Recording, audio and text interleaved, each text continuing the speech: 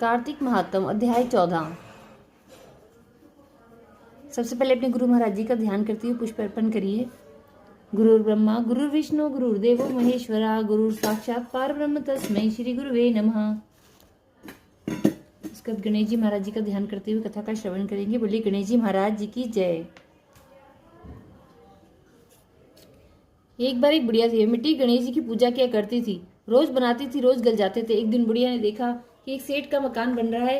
वह मिस्त्री के पास गई और बोली, भैया मेरा पत्थर का गणेश गढ़ दो। मिस्त्री बोला कि जब तक हम तेरा पत्थर का गणेश गढ़ेंगे जब तक पूरी दीवार नहीं चलेंगे। बुढ़िया बोली कि राम करे तुम्हारी दीवार टेढ़ी हो जाए। ऐसा कह के बुढ़िया चली गई। शाम को सेठ आया तो उसने पूछा कि आज कुछ भी काम नहीं किया। तो मिस्त्री बोला कि एक बुढ़िया आई थी, कह रही थी मेरा पत्थर का गणेश गढ़ दो। हमने नहीं गढ़ा तो कह गई तुम्हारी दीवार टेढ़ी हो जाए। तब से दीवार टेढ़ी हो जाती है, ढानी पड़ती है। सेठ ने बुढ़िया को बुलाया और कहा कि हम तुम्हारे सोने के गणेश जी गढ़वा देंगे, तुम्हारी दीवार सीधी करा दो। सेठ ने बुढ़िया के सोने के गणेश जी गढ़वा दिए, उसकी दीवार सीधी हो गई। जैसे सेठ के बेड़े काम सीधे करे ऐसे हम सबके करना, कह तो सुनते हुंकारा भरने वालों के करना। बोलिए गणेश जी महाराज की जय। कार्तिक महात्म अध्याय 14। नारद जी ने कहा कि जब देवताओं ने उसे सबको अपने अधीन रखकर राज्य करते देखा तो उन्होंने मन ही मन भगवान शिव का स्मरण किया।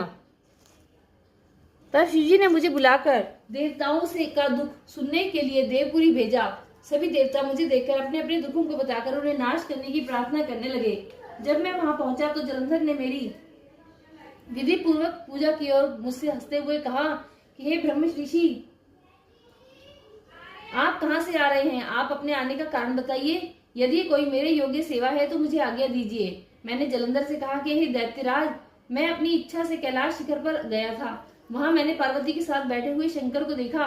कैलाश शिखर पर 10,000 योजन भूमि में फैला हुआ है और वहां कल्प वृक्षों का बहुत बड़ा बाग है। उसमें सैकड़ों कामधेनु है और वह रत्न मणियों से प्रकाशित हो रहा है। मैं सोचने लगा कि त्रिलोकी में ऐसी समृद्धि और कहाँ है। तभी मुझे तुम्हारी समृद्धि का स्मरण हुआ।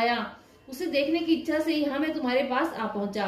अब मैं सोचता हूँ कि शिवजी ही त्रिलोकी में सबसे अधिक समृद्धिशाली हैं, क्योंकि तुम्हारे यहाँ सब कुछ होते हुए भी पार्वती जैसी सुंदर स्त्री रत्न नहीं है। यद्यपि अप्सराएं और नाग कन्याएं आदि तुम्हारे घर में विद्यमान हैं, पर वे निश्चय ही पार्वती के समान नहीं है। अतः पार्वती जैसी स्त्री रत्न के भोगने वाले शिवजी ही समृद्धिशाली हैं। हे राक्षस राज, यद्यपि तुम बहुत से रत्नों के स्वामी हो, फिर भी मैं तुम्हारी समृद्धि शिव जैसी नहीं है।